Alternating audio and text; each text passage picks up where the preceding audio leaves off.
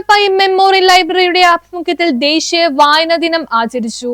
N Govindapai memorial ലൈബ്രറിയുടെ ആഭിമുഖ്യത്തിൽ ദേശീയ വായനാ ദിനം ആചരിച്ചു. നവീൻ എ പ്രഭു അധ്യക്ഷത വഹിച്ചു.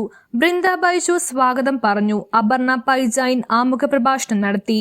AS ദിനേശ്, മോഹൻ ഷേണായി എന്നിവർ വായനയുടെ പ്രാധാന്യം സംബന്ധിച്ച് സംസാരിച്ചു. വേണുഗോപാൽ ജി ഭട്ട്, ജ്യോതി വേണുഗോപാൽ എന്നിവരെ ചടങ്ങിൽ ആദരിച്ചു. വേണുഗോപാൽ കെ പൈ നന്ദി പറഞ്ഞു. ഇന്ന് നമ്മുടെ ഇന്ത്യയിലെമ്പാടും വായന ദിനം ആയിട്ട് ആചരിക്കുന്ന ഒരു പുണ്യ ദിവസത്തിലാണ് നമ്മൾ ഈ മഹത്തായ പ്രസ്ഥാനത്തിൽ ഒത്തുകൂടിയിരിക്കുന്നത്. നേരത്തെ ആശംസകൾ അർപ്പിച്ച് സംസാരിച്ച നമ്മുടെ ഈ ട്രസ്റ്റിൻ്റെ ഏറ്റവും പ്രധാന ട്രസ്റ്റിയുടെ സന്ദേശം നിങ്ങൾ കേട്ടു.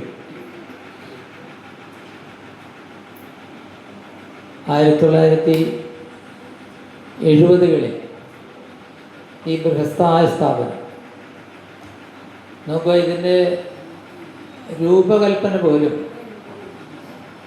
കൽക്കട്ടയിലുള്ള പേര് കേട്ട ഒരു പബ്ലിക് ലൈബ്രറിയുടെ അതേ തരത്തിലാണ് ഈ കെട്ടിടം തന്നെ നിർമ്മിച്ചിരുന്നത്. വളരെ വിശാലമായ ഒരു കാഴ്ചപ്പാടുകൂടി.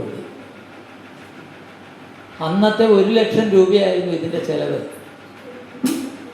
ഇന്ന് ആ ചിലവ് കണക്കാക്കുകയാണെങ്കിൽ നേരെ 1 കോടിക്ക് മേൽ വരും എന്നുള്ളത് നമുക്ക് നിസ്സംശയം പറയാൻ പറ്റും. ഇത്രയും ബൃഹത്തായ ഒരു തുക ചെലവഴിച്ച്